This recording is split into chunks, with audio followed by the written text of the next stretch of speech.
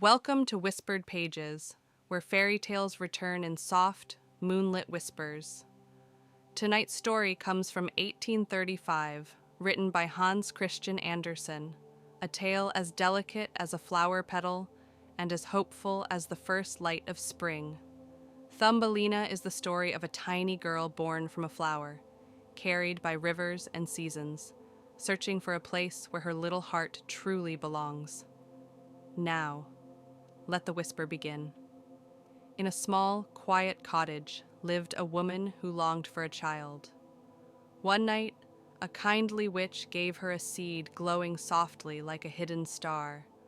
The woman planted it, watered it, and watched as a warm golden tulip bloomed in the morning light. When the petals opened, there sat a tiny girl no bigger than a thumb. Graceful, bright-eyed, as delicate as dawn. The woman named her Thumbelina. She slept in a walnut shell cradle, danced on flower petals, and sang with a voice light as wind through leaves.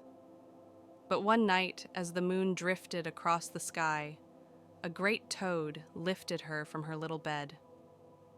"You will be a bride for my son," the toad croaked, carrying her into the marsh. Thumbelina sat upon a lily pad, trembling, watching the dark water circle her. The fish below saw her tears and felt her sorrow, and with gentle hearts, they nibbled the stem of the lily pad until it broke free. Thumbelina floated away, carried by the river past dragonflies, tall reeds, and sunlit ripples that whispered comfort to her tiny soul. Summer warmed the world, and she lived among flowers, befriending butterflies and sipping dew from petals. But when autumn winds arrived, she grew cold and weary. A field mouse found her shivering and brought her into a warm burrow, offering crumbs and kindness. Yet there lived a mole nearby, old, wealthy, and wrapped in darkness. He wished Thumbelina to be his bride so she could live with him far beneath the earth, where no sun ever reached. One night, Thumbelina was led through a tunnel and saw a swallow lying weak and still, its wings dusty with winter.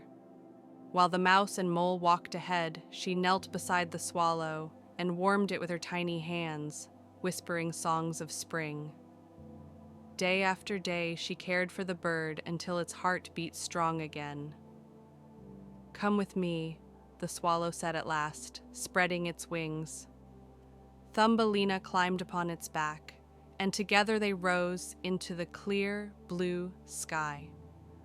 The wind carried them across fields and forests until they reached a garden where flowers opened like little suns. There stood a prince, not larger than herself, with wings shimmering like morning dew. He looked at her as though he had found the missing piece of summer. "Stay," he whispered. Thumbelina's heart, after so long drifting between seasons, finally felt at home. And in that garden of endless bloom, she found the life she had always been meant to live, small in size, but boundless in spirit,